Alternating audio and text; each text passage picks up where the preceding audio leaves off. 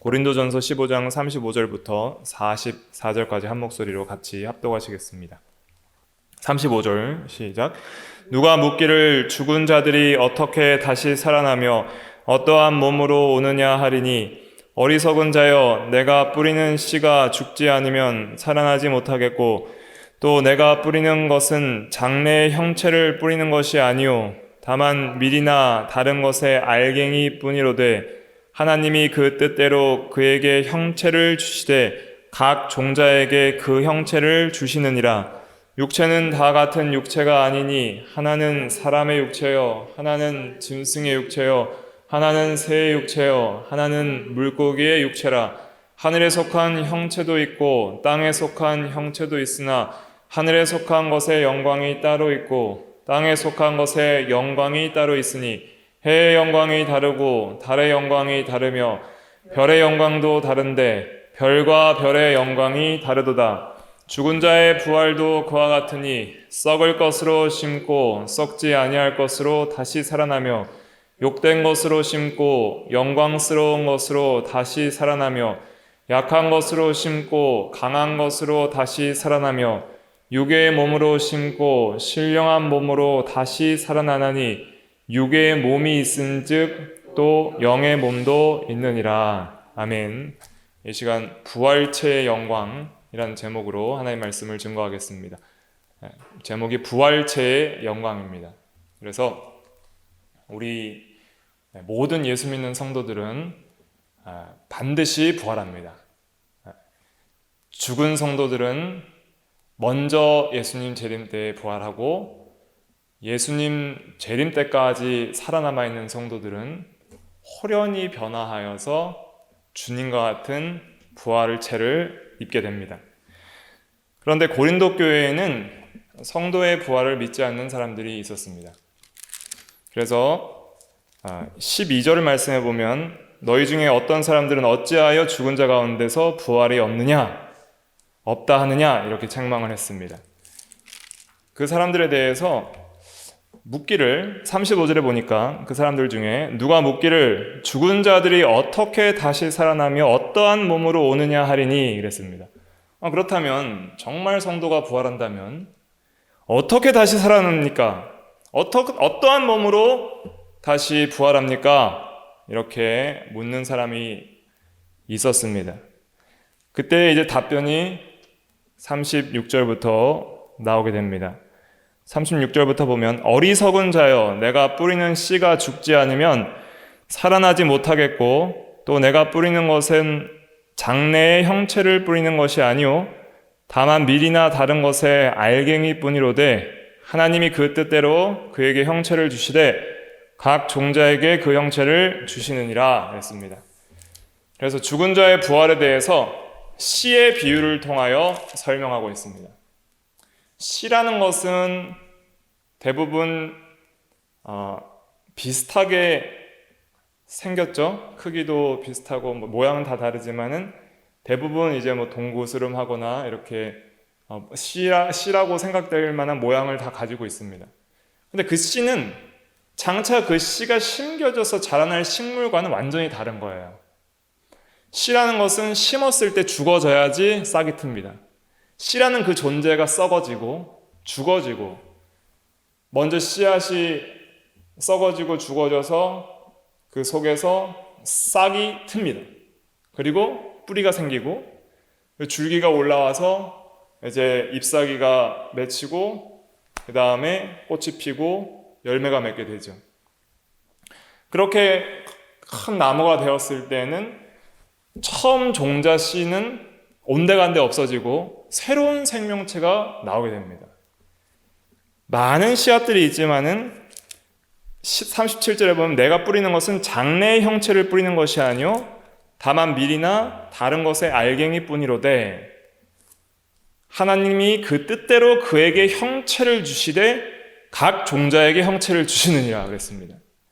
그럼 그 씨 안에서 새로운 형체의 생명이 나오는 것은 누가 주시는 거예요? 하나님이 주시는 거예요. 밀이나 쌀이나 모든 여러 가지 이 식물의 새로운 생명체가 씨로부터 나오는 것도 하나님이 그 뜻대로 그에게 형체를 주신다 그랬습니다. 그래서 이 식물의 원리를 통해서도 우리가 부활체를 어떻게 입게 될지를 유추해 볼 수 있다는 것입니다. 그러면 우리가 부활체의 영광이 어떻게 다른가? 오늘 제목이 부활체의 영광인데, 부활체의 영광을 이제 설명하는 내용인데, 부활체의 영광이 각각 다름을 먼저 설명을 하고 있습니다. 39절부터 41절까지 보면, 39절부터 보면 육체는 다 같은 육체가 아니니 하나는 사람의 육체요, 하나는 짐승의 육체요, 하나는 새의 육체요, 하나는 물고기의 육체라. 하늘에 속한 형체도 있고 땅에 속한 형체도 있으나 하늘에 속한 것의 영광이 따로 있고 땅에 속한 것의 영광이 따로 있으니 해의 영광이 다르고 달의 영광이 다르며 별의 영광도 다른데 별과 별의 영광이 다르도다 그랬습니다. 그래서 육체도 다 같은 육체가 아닙니다. 사람들의 육체도 어떤 사람은 좀 더 사람들이 보기에 건강한 사람도 있고 키가 큰 사람도 있고 피부가 좋은 사람도 있고 얼굴이 잘생기고 예쁜 사람도 있고 또 육체도 다 같은 육체가 아니에요. 흑인들의 육체가 다르고 또 백인들의 육체가 다르고 황인들의 육체가 다르고 흑인들은 좀 더 운동을 잘하는 사람들이 많잖아요. 특히 이제 농구나 달리기나 이런 것들을 잘하는 사람들이 많습니다. 왜 그러냐면 육체가 무게중심이 다르대요. 우리랑 무게중심이 달라요. 그러니까 육체도 다른 육체, 더 이 운동하기에 적합하고 탄력도 좋은 그런 육체를 가진 사람도 있고 태어날 때부터 좀 연약한 육체를 가진 사람도 있습니다. 짐승의 육체도 다르죠. 사자나 호랑이나 이런 육체들은 강한 육체, 또 다른 동물을 잡아먹을 수 있는 육체이지만은 또 연약한 그런 하루살이와 같은 그런 육체를 가진 동물들도 있습니다. 또 새의 육체도 다르고 물고기의 육체도 다릅니다. 그래서 하나님께서 식물이나 동물의 육체를 내실 때에도 그 모양이나 생김새들이 각각 다르게 내셨고 종류대로 창조하셨습니다. 이것이 중요합니다. 그래서 창세기에서도 보면 종류대로 각 종류대로 다양하게 창조하셨어요. 이것을 통해서 하나님이 얼마나 지혜롭고 위대하신 분인지를 알 수가 있는 거예요. 그래서 이런 종류대로 각각 다르게 다 내셨는데 특별히 하늘에 속한 형체가 있다 그랬습니다. 특별히 하늘에 속한 형체 중에서는 해와 달과 별의 영광이 다릅니다. 그래서 가장 영광스러운 거는 해고, 그다음에 해를 반사한 또 달이 영광스럽고 또 별이 하늘에 많이 있는데 별들도 색깔이 다 다르대요. 그래서 색 온도도 다르고 색깔도 다르고 또 이 별들이 빛나는 그 밝기도 다르고 그렇다 보니까 더 밝고 찬란하게 빛나는 별도 있고 좀 어둡고 색깔이 좀 어두운 별도 있고 별도 가지각색과 색 온도와 밝기에 따라서 그 영광이 다 다릅니다. 그것처럼 우리가 부활할 부활체도 다 똑같지가 않아요. 다 다른 거예요. 다 달라요. 지금 우리도 정말 하나님이 정말 지혜로우시다는 것은 무엇이냐면 그렇게 세상에 사람이 많은데 완전히 똑같이 생긴 사람은 없잖아요. 아무리 일란성 쌍둥이도 약간 차이가 있는 거예요. 그래서 그렇게 많은데 얼굴이 다 달라요. 그것처럼 우리가 이제 장차 부활할 부활체도 다 다른 거예요. 그러면 어떻게 다른가? 해의 영광이 다르고 달의 영광이 다르고 별과 별의 영광이 다른 것처럼 다 이 어떤 영광이 다른 거예요. 오늘 제목이 부활체의 영광이잖아요. 그 영광이라는 것은 빛이 빛남의 의미가 있습니다. 그래서 주 예수 그리스도께서 부활하셨을 때 그 영광은 사도 바울은 육체적으로 다른 제자들처럼 인간 예수로 만난 게 아니라 부활하신 살아계신 승천하신 주님의 영광을 가장 먼저 본 사람이에요. 그래서 그것을 봤을 때 햇빛보다 더 밝은 빛이 내 눈에 비쳤다 그랬습니다. 그 즉시 눈이 멀어버렸어요. 그러니까 예수님이 영광을 발산하면은 눈이 멀어버리고 죄인들을 죽이실 수도 있는 그런 거룩한 그런 영광을 가지신, 그런 발산하는 영광의 빛 가운데 계신 그 예수님이, 그 빛 가운데 있는 그 부활체를 입으신 분이 바로 예수님이에요. 그런 부활체를 예수님이 입으셨습니다. 그렇다면 우리는 어떤 부활체를 입게 되는가? 우리가 먼저는 이 세상에서 예수님의 부활과 생명의 역사를 통해서 우리의 영혼이 중생하잖아요. 그럼 영혼이 중생했을 때는 그 시작은 다 똑같아요. 어린아이와 같은 거예요. 다들. 그런데 그 영혼이 하나님을 향해 살아가면서 의와 거룩을 이루어 나가면서 이 영혼이 자라납니다. 자라나서 그리스도의 장성한 분량에 충만한 데까지, 예수 그리스도까지 닮아가야 되는 거예요. 완전히 예수님을 닮아가는 완전한 성화를 이룰 수 없지만 예수님을 최대한 닮아가는 그 성화를 이룬 만큼, 우리 영혼이 자라나고 거룩해진 만큼 또한 우리가 입을 부활체의 영광도 그 영혼의 자라난 만큼 다르게 되는 겁니다. 그래서 우리가 더 좋은 부활을 얻기 위해서 이 세상에서 믿음으로 살아야 될 이유가 있는 거예요.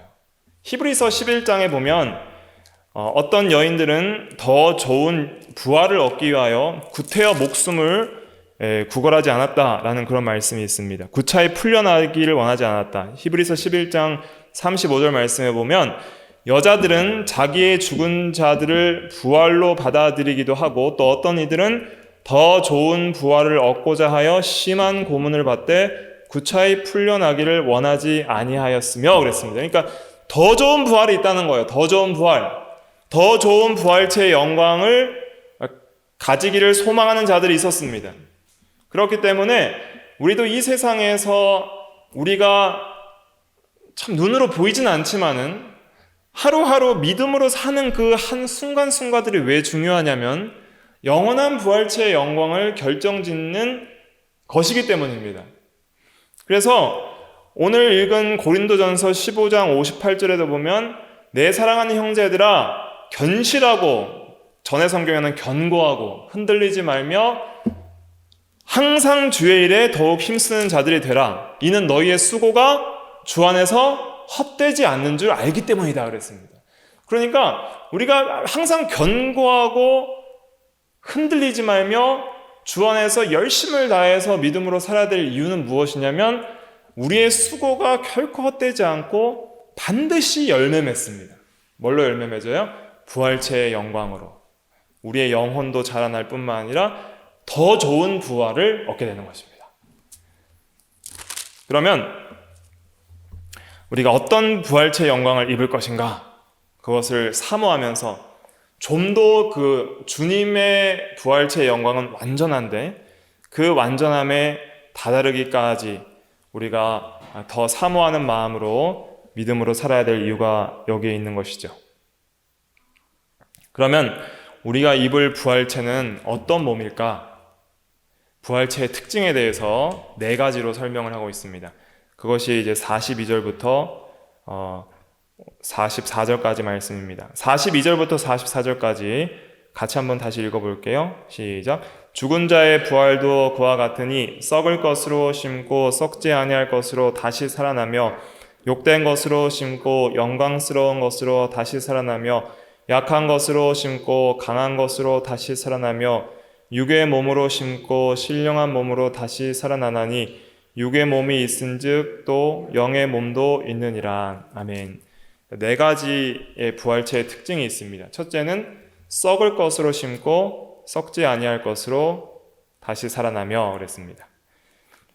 우리가 지금 입고 있는 이 육신은 썩을 것입니다. 썩을 것이라는 것은 유한하다는 의미도 있고 그 다음에 장차 없어질 것이라는 의미도 있습니다. 이 세상에 있는 것 중에 변하지 않는 것은 없습니다. 또 대부분 썩고 또 잘 썩지 않는 것들도 있죠. 금이나 다이아몬드나 또 이런 쉽게 썩지 않는 물질도 있지만은 그러나 시간이 지나면 쇠하게 됩니다.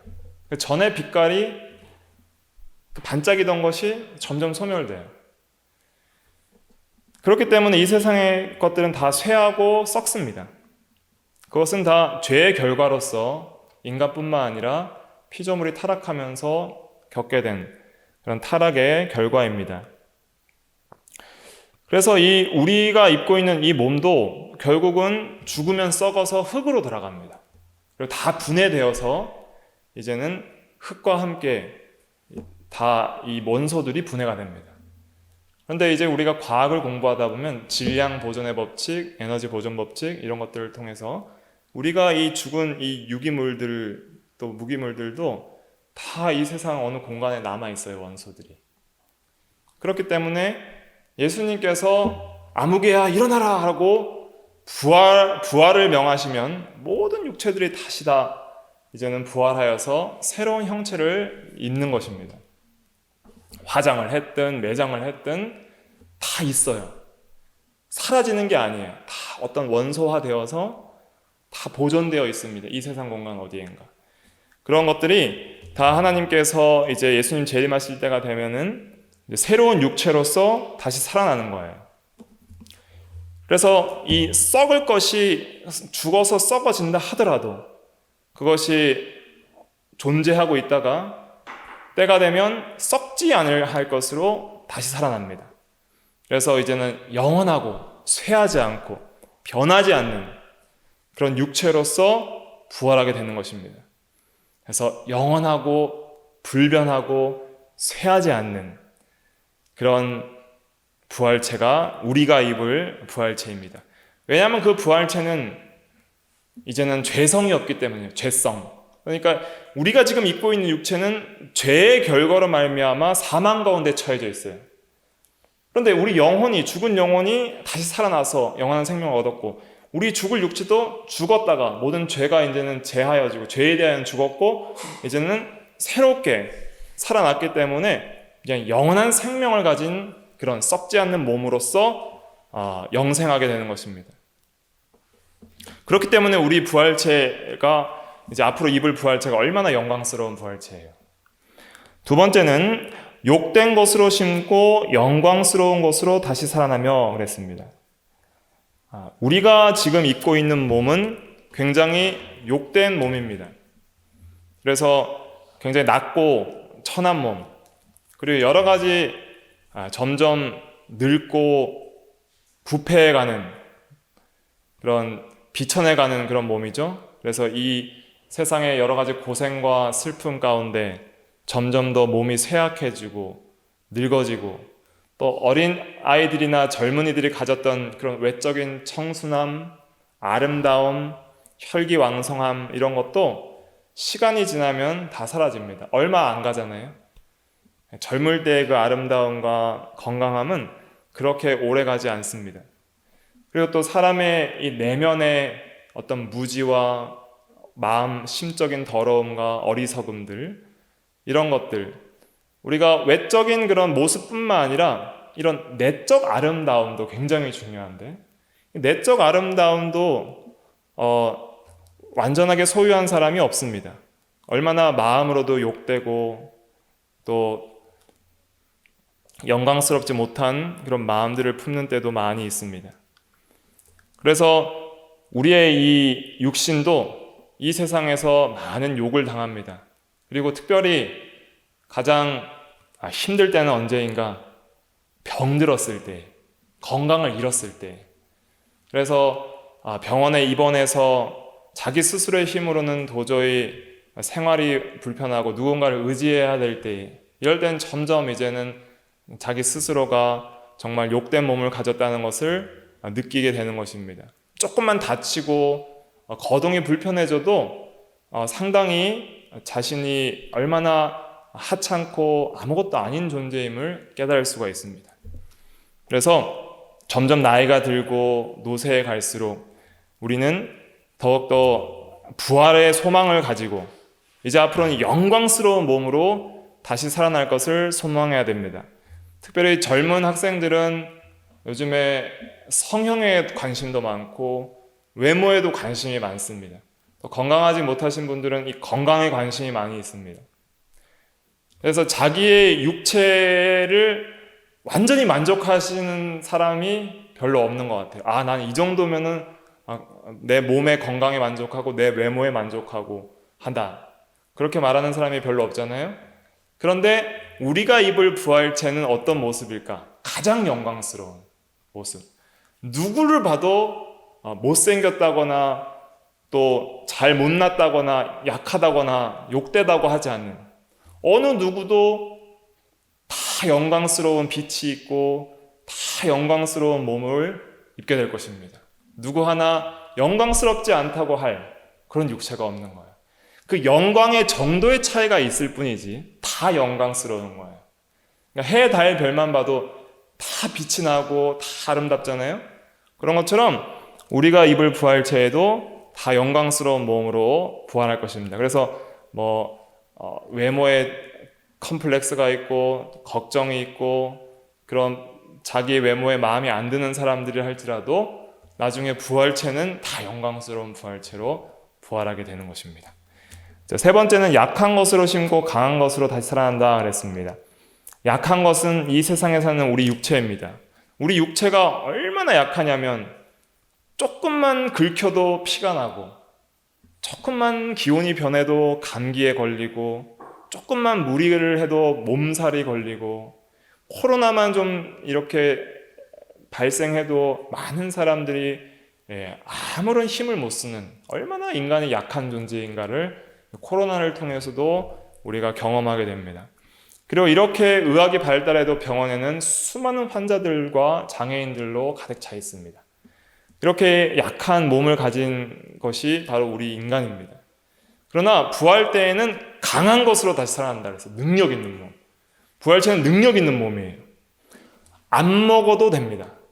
예수님이 누가복음 24장에 보면은 뭐 먹을 것이 있느냐 가져와라 했을 때 생선을 드리니까 드셨다 그랬는데 드시면 어떻게 될까요? 위장에서 소화를 할까요? 그런 거 없는 거예요. 소화하고 그런 거 없어요. 그냥 예수님께서 드셨을 때는 그냥 자신의 능력으로 그 음식물을 소멸시킨 거지, 음식물을 소화해서 그 내장기관을 통해서 몸을 유지하고 그렇지 않습니다. 부활체는 먹어도 되고 안 먹어도 되고 또 보일 수도 있고 보이지 않을 수도 있고 시공간을 초월했습니다. 예수님께서 이 제자들이 모인 그 가운데 갑자기 나타나셔서 평강이 있을지어다 하시고 또 순식간에 호련히 사라지셨어요. 그러니까 오늘날 우리는 교제하려면 교회에 모여야 되고 또 함께 만나야지 교제가 되고 그렇잖아요. 여러분들은 이제 천국에 가서 부활하셔서 천국에 가면 누구를 가장 먼저 만나고 싶으세요? 예수님, 또 바울, 다윗, 다니엘, 여러 만나고 싶은 사람들이 있을 거 아니에요? 우리 가족들, 또 우리 여담교회 성도들도 만나고 해야 되는데, 그러면 예수님은 가장 인기가 많으시니까 만나려면 순번 끊어놓고 오랫동안 기다리고 못 만나고 그래야 되나요? 그렇지 않아요. 시공을 초월하기 때문에 예수님과 모든 성도들이 온전히 함께 동시에 다 같이 교제하고 사랑하고 함께 이렇게 행복하게 기쁨으로 살아갈 수가 있는 것입니다. 능력 있는 몸으로 다시 살아나는 거예요. 또 육의 몸으로 심고 신령한 몸으로 다시 살아난다 그랬습니다. 육의 몸이라는 것은 무엇인가 하면 동물적 생명에 속한 이런 몸, 살과 뼈와 피가 있고 이 지상에서 살아가기에 적당한 몸, 이 동물적 생명에 속한 몸, 그것이 육의 몸, 이 세상에 속한 몸입니다. 그것을 이제 또 현세적인 몸이라는 표현으로 혈과 육이라고도 고린도전서 15장 50절에도 말을 하고 있습니다. 그런데 이 신령한 몸으로 다시 살아난다 그랬어요. 신령한 몸은 무엇일까? 신령한 몸은 하늘나라에서 살아가기에 합당한 몸이에요. 그러니까 이 육의 몸은 이 지상에서 살아가기에 합당한 몸이라면 이 육의 몸을 가지고는 우리가 영원한 하나님 나라, 예수님이 올라가신 그 하늘나라에 가서는 이 몸을 가지고는 살 수가 없어요. 그래서 50절에 보면 혈과 육은 하나님 나라를 이어받을 수 없다 그랬습니다. 썩는 것은 썩지 아니하는 것을 유업으로 받지 못하느니라. 그럼 우리가 반드시 하나님 나라에서 영원히 살려면 신령한 몸으로 다시 입어야 되는 거예요.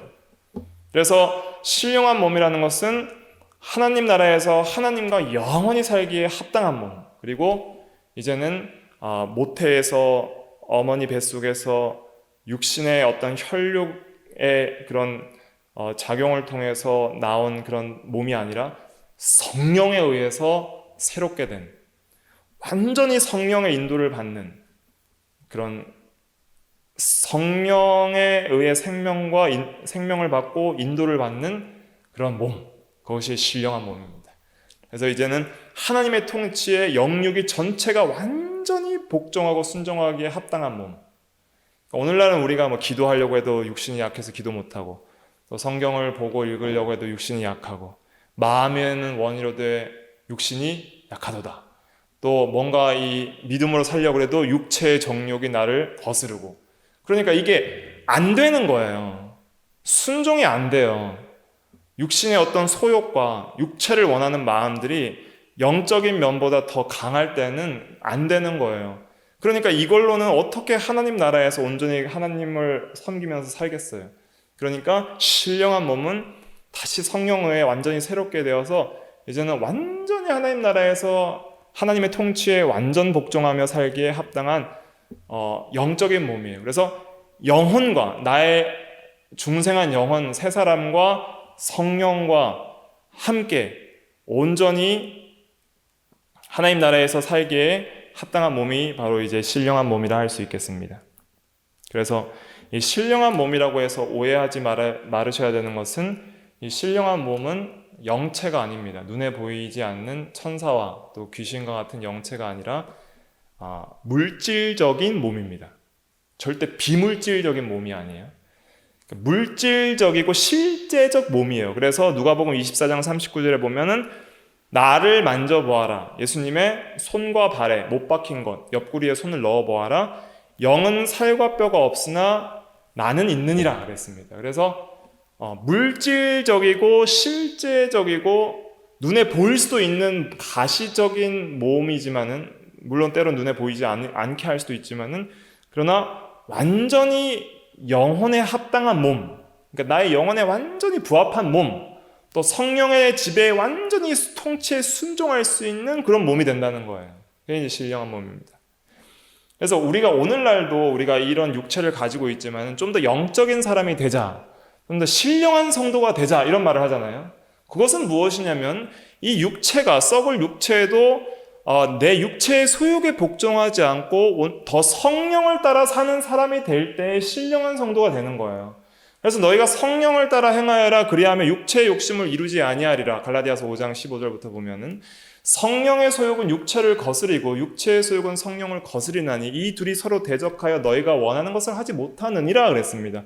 그러니까 성령은 계속 우리를 인도하려고 하는데 육체의 소욕은 그것을 거스리는 거예요. 그것이 나의 육체의 욕심이고 부패성인 거예요. 그것을 죽이고 성령을 따라서 살 때에 점점 더 신령한 성도가 되는 겁니다. 그리고 그렇게 신령한 성도가 될 때에 더 신령한 부활체의 영광을 입게 되는 것입니다. 그러니까 우리가 앞으로 이제 소망이 있어요. 우리가 이 마음에는 원이로되 육신이 약하여서 자주 넘어지고 실패하더라도 우리는 반드시 영광스러운 부활체를 입을 소망이 있습니다. 그런데 더 좋은 부활을 얻기를 원하는 그런 성도가 되어야 되는 것이죠. 더 좋은 부활을 얻기 위해서 견고하고 흔들리지 말며 항상 주의 일에 더욱 힘쓰는 자들이 되라 그랬습니다. 우리 58절 같이 읽어보고 마칠게요. 58절 시작. 그러므로 내 사랑하는 형제들아, 견실하며 흔들리지 말고 항상 주의 일에 더욱 힘쓰는 자들이 되라. 이는 너희 수고가 주 안에서 헛되지 않은 줄 알미라. 아멘. 반드시 갚아줍니다. 반드시 갚아주시는데 부활체의 영광으로도 갚아주시고 천국의 기업으로도 갚아주시고 칭찬과 존귀와 영광 갚아주시는데 우리가 그것을 알고 오늘 하루하루가 1분 1초라도 더 믿음으로 사는 그 순간들이 절대 헛되지 않다는 것, 그것을 꼭 기억하시고 우리가 속지 말아야 됩니다. 항상 마귀는 속입니다. 그렇게까지 살 필요 없다. 그렇게까지 믿음으로 살지 않아도 된다. 육체의 소욕을 따라 사는 것이 오히려 더 즐거운 것이다 라고 속일 때마다 우리가 흔들리지 말고 주의 일에 열심을 다하는 우리가 되어서 우리가 이제 장차 부활할 때 우리 모두가 더 좋은 부활체의 영광을 입는 저와 여러분들이 되기를 주의 이름으로 간절히 축원합니다. 기도하겠습니다.